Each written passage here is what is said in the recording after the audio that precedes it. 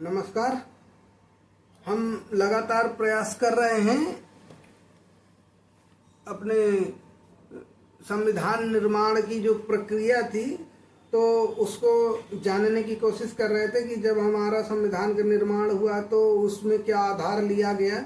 तो अभी दोस्तों हम चार्टर कानूनों की चर्चा कर रहे थे कि कैसे हम लोग चार्टर कानून हमारे देश में आए अंग्रेजों के द्वारा, ब्रिटिश गवर्नमेंट के द्वारा, और किस प्रकार से उन्होंने हम पर रूल किया और उन कानूनों का क्या हमारे संविधान निर्माण में योगदान रहा या कहीं उनका क्या प्रभाव पड़ा, पॉजिटिव या नेगेटिव जो भी था दोनों तरफ से। तो हम लोग उनको जानने की कोशिश करते कि अगर वो कानून अच्छे थे हमारे लिए या बुरे थे, क्यों अंग्रेजी शासन हमने उखाड़ फेंका, तो उन सबको हम विस्तार से जानने की कोशिश कर रहे हैं। क्योंकि जब तक हम बैकग्राउंड नहीं जानेंगे, और जानने का अर्थ ये है दोस्तों यहाँ पे हमारा कि जो हमने संविधान का निर्माण किया तो हमारा कितना ब्रिटिश गवर्नमेंट की नीतियों से मिलता जुलता है, कितना हमने उसमें क्या क्या अपने संविधान में हमने परिवर्तन किए। तो दोस्तों वही हम जानने की कोशिश कर रहे हैं कि हमें अगर जो संविधान आज मौजूदा हालत में हमारे समय में है भारत का, वो जो पुरानी जो व्यवस्थाएं आई उनको किस प्रकार से हमने अध्ययन किया और उनकी बुराइयों को किस प्रकार से हमने छोड़ा और अच्छाइयों को अडॉप्ट भी किया, तो उनका जो एक पूरा कॉम्बिनेशन है दोस्तों वो तैयार हुआ है और उसी को आधार बनाया गया है कि सबक, कहते हैं इतिहास से सबक लेना चाहिए। तो इतिहास से सबक भी लिया जाता है और इतिहास से सीखा भी जाता है, दोनों चीज़ें होती हैं। तो ये हमारे सीखने और सबक लेने का जो पूर्व का था, जो जब संविधान सभा का गठन हुआ और संविधान निर्माण की चर्चा हुई तो हमारे संविधान निर्माताओं ने ये दोनों काम किए। तो अब हम आज जो जानने वाले हैं, तो आज का हमारा चार्टर कानून 1813 है दोस्तों, कि इसके विषय में हम जानते हैं। तो चार्टर कानून हमारा 1813 आया, तो इसके कुछ क्लॉज हैं जो बहुत ही खतरनाक क्लॉज हैं। तो इनको एक एक करके हम देखते हैं कि ये क्यों लाए गए और इनका भारत को गुलाम बनाने में कितना बड़ा योगदान रहा। तो दोस्तों सबसे पहले क्या किया गया कि जो कंपनी थी, अब यहाँ से कंपनी पूरी तरीके से अपना जो व्यापारिक व्यवस्था थी उसको यहाँ से अब कंपनी ख़त्म कर रही है। जो उसकी एक मोनोपोली थी वो यहाँ से कंपनी की ब्रिटिश गवर्नमेंट ख़त्म कर रही है, उसको व्यापार के एक अधिकार को समाप्त कर रही है।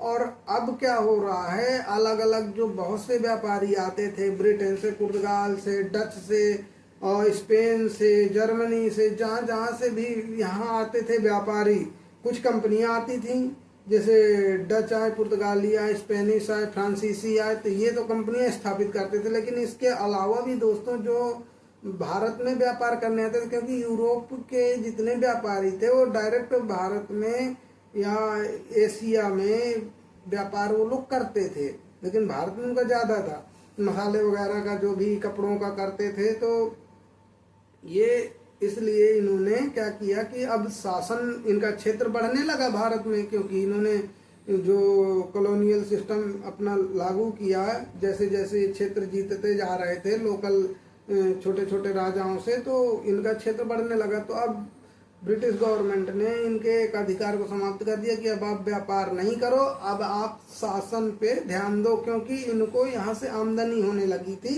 इनका व्यापार और भी जो व्यापारिक कंपनियां बनी, इसके बाद बहुत सी व्यापारिक कंपनियां आती हैं, तो वो इतिहास का पढ़ने का विषय है।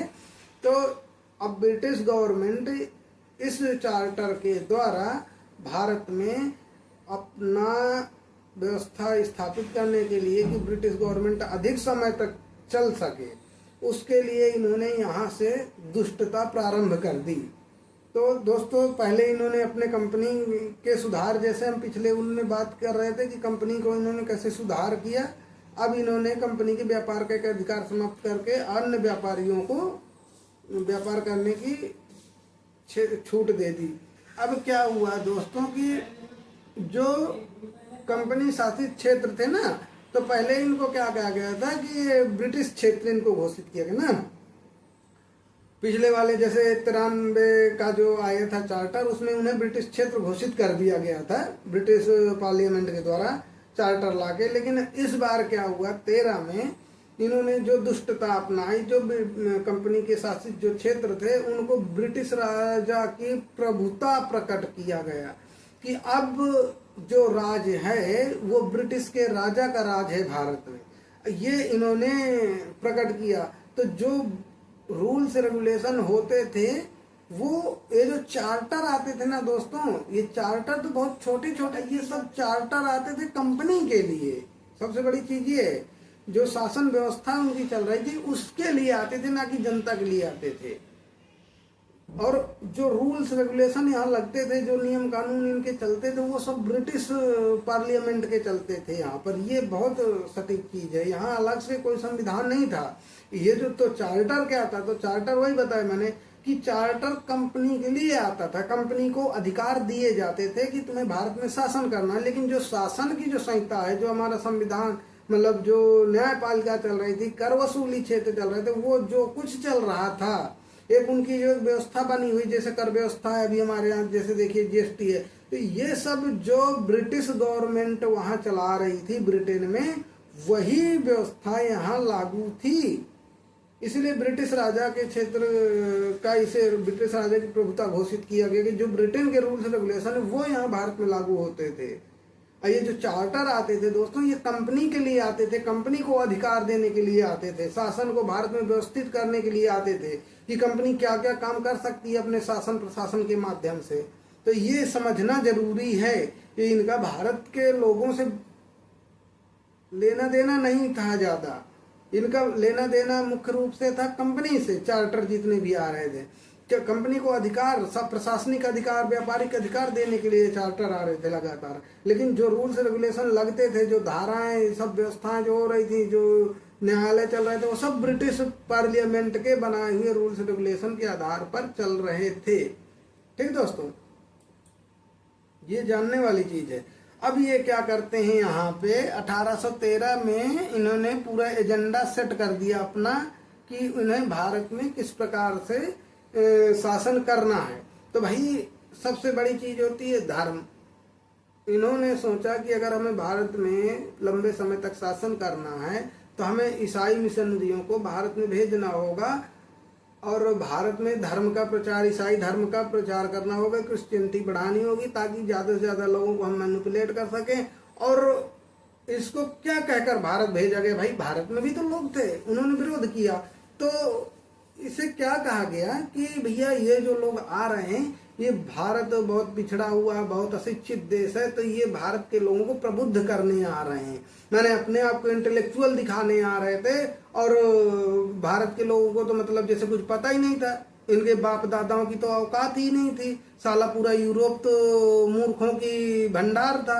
हमारे यहाँ तो हजारों लाखों जो है ग्रंथ पहले ही लिखे जा चुके हैं, फिर भी हमारे मतलब देखिए इनकी मूर्खता, कहते हैं ना अपने मुंह मियां मिट्ठू बनना, ये वही वाली कहानी है इनकी। ये इतने मूर्ख थे कि इन्हें ये नहीं पता था कि दुनिया जब सो रही थी, जब इनके यहाँ एक सुसुप्त काल चल रहा था 1400-1500 ईस्वी के पहले, जब इनका पुनर्जागरण काल हुआ उसके पहले की घटना है, इनको कुछ पता नहीं था। तब हमारे विश्वविद्यालय चलते थे दोस्तों, ये हमें मतलब क्या टोपी पहना रहे थे कि हम भारत को जो है प्रबुद्ध करने के लिए आ रहे हैं, ईसाई धर्म का प्रचार करने आ रहे हैं। अरे ईसाई साला धर्म ही नहीं है, ये तो मंद पंथ मजहब और रिलीजन है, धर्म तो सनातन है।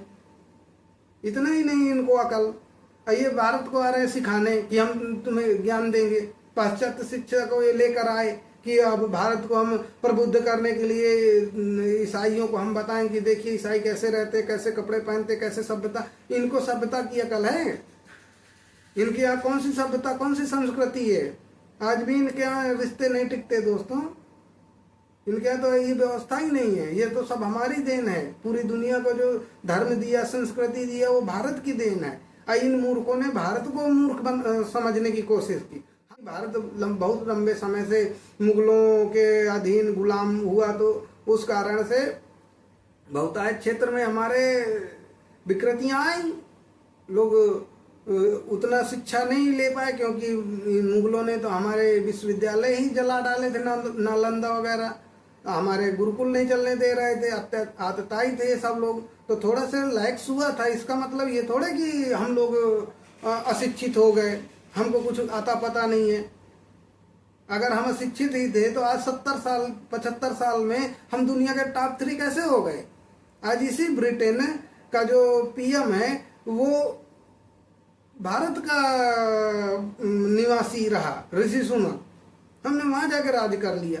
ये मूर्ख हमें समझ रहे थे कि हम अशिक्षित हैं। तो इनका एजेंडा ये नहीं था। इनका एजेंडा ये था कि ईसाई मिशनरियों को बढ़ावा दो, ईसाई मिशनरियां आएंगी तो लोगों को कन्वर्जन करेंगी, तो इनका सहयोग बढ़ेगा कि हाँ ये धर्म के आधार पर ये नालायकी करेंगे यहाँ पर आके। ये इनका एजेंडा था दोस्तों। इनका कोई यहाँ प्रबुद्ध करने का रीजन था ही नहीं। अब पश्चिमी शिक्षा का प्रचार करना था कि पश्चिमी शिक्षा बहुत अच्छी शिक्षा। देखिए दोस्तों, हमारे देश में विद्या होती थी, स्कूलों में विद्या दी जाती थी, और ये शिक्षा देते हैं। शिक्षा का अर्थ है रोजगार के अवसर उपलब्ध कराना या रोजगार के योग्य व्यक्ति का निर्माण करना, यानी कि लेबर तैयार करना सीधे सीधे। और विद्या का अर्थ है जिसको शिक्षा के साथ साथ, रोजगार के साथ साथ उसे आध्यात्मिक शिक्षा, उसे जो है प्रबुद्ध करने की शिक्षा, ज्ञान विज्ञान पूरा उसको सिखाना, उसको सामाजिक नियम कानून और पद्धतियां सिखाना, और उसके बाद मूल्यों का विकास करना। ये जो कुछ था ये हमारी विद्या में आता है। इन्होंने पश्चिमी शिक्षा का प्रचार किया, तो इनकी एक सोची समझी साजिश थी। और तो इन्होंने फिर क्या किया, इसी में यहाँ पे ये 1813 का कानून दोस्तों, जो ये चार्टर लाए थे, वो खतरनाक था। ये समझिए, स्थानीय सरकारों को कर लगाने व वसूलने का अधिकार दे दिया गया। पहले क्या होता था कि ये लोग खुद ही वसूली करते थे, लेकिन अब स्थानीय सरकार कौन, जैसे बड़े सूबेदार हो गए, तो छोटे छोटे गांवों में जमींदार होते थे, उन्हीं को यहाँ पे स्थानीय सरकार कहा गया है। छोटी छोटी जो और जैसे इकता बटे हुए थे, तो उनसे बड़े, जैसे आजकल ग्राम पंचायत हो गई, ब्लॉक प्रमुख हो गया, तो ऐसे जो छोटे छोटे स्टेप में इन्होंने बांटना शुरू किया कि इनका शासन और बढ़ सके। अच्छा, अब होता क्या था कि जैसे गांव का जमींदार है, अब उसको कह दिया कि तुम ही वसूलोगे, हमें इतना चाहिए। तो अच्छा, अब क्या हुआ, अभी तक जो जमींदार होता था वो कमाई मालूम नहीं कर पा रहा, अब इन्होंने उसको कमाई के जरिए दे दी, भैया तुम भी वसूली करो, हमें दो ला के। तो हुआ क्या, अब जमींदार तो इनके ही गुण गाएगा, क्योंकि वो तो लाभ पा रहा है इनसे। तो इन्होंने ऐसा ही किया, ताकि ये एक सोची समझी साजिश थी दोस्तों इनकी, कि ये ज्यादा से ज्यादा अपने साथ लोगों को जोड़ सकें। और भारत में लोग लालची रहे हैं शुरू से, आज से नहीं है। अगर लालची न रहे होते ना, तो भारत कभी गुलामी नहीं हुआ होता। राजा रतन सिंह के समय से आप देख लीजिए कि उनको भी जो मरवाया उनका ही गुरु था, जो जाके उससे मिला खिलजी से। तो ये सब भारत में लालच का रहा है, आवाज भी है लालची लोग, तो उसका इन्होंने लाभ उठाने की कोशिश की, इसलिए अपना बढ़ाते चले गए। तो ये लेकर आए इस तरह के घटिया कानून कि ताकि अपने तरफ लोगों को ज्यादा से ज्यादा कर सकें। अब ये क्या करते थे, भारत में ब्रिटिश सरकार का आधिपत्य जो हुआ वो क्या था दोस्तों, एक सेकेंड, 1800, अब यहाँ पे हम इनकी वही पूरी विशेषता बताने जा रहे हैं, इनका कमीनापन ब्रिटिश का गवर्नमेंट का जो एक किए भारत के साथ। तो इनका जो उद्देश्य था ना दोस्तों, ये यही था चार्टर कानून का जो 1813 में आया।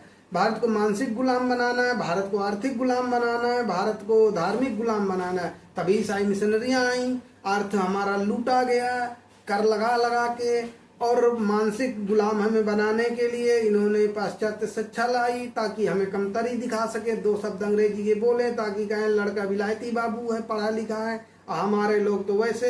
अच्छा, इन्होंने तर्क क्या दिया, सबसे बड़ी चीज, जैसे राजा राम मोहन राय जी और भी बहुत से लोग, जो कोलकाता इनका हेड था, तो वहीं ये लोग अंग्रेजी की शिक्षा पहले शुरू किए, तो ये लोग क्या तर्क देते थे कि हमारी जो शिक्षा व्यवस्था है वो विज्ञान पर आधारित है, हम वैज्ञानिक दृष्टिकोण पर विकसित कर रहे हैं। अब भारत वाले तो वैज्ञानिकता जानते नहीं है, इनके चाचा दादा भी क्या, इनकी तो पीढ़ियां नहीं पैदा हुई थी, ये तो इनका तो जो प्रमुख है ना ईसा यीशु मसीह, वो भी नहीं पैदा हुए थे जब से हमारे देश में मंदिर ऐसे टेक्नोलॉजी के साथ बने हुए कि आज दुनिया अचंभित है, एक रहस्य नहीं जान पा रही, ऐसे ऐसे खोजें करके रखी हुई हमारे देश में।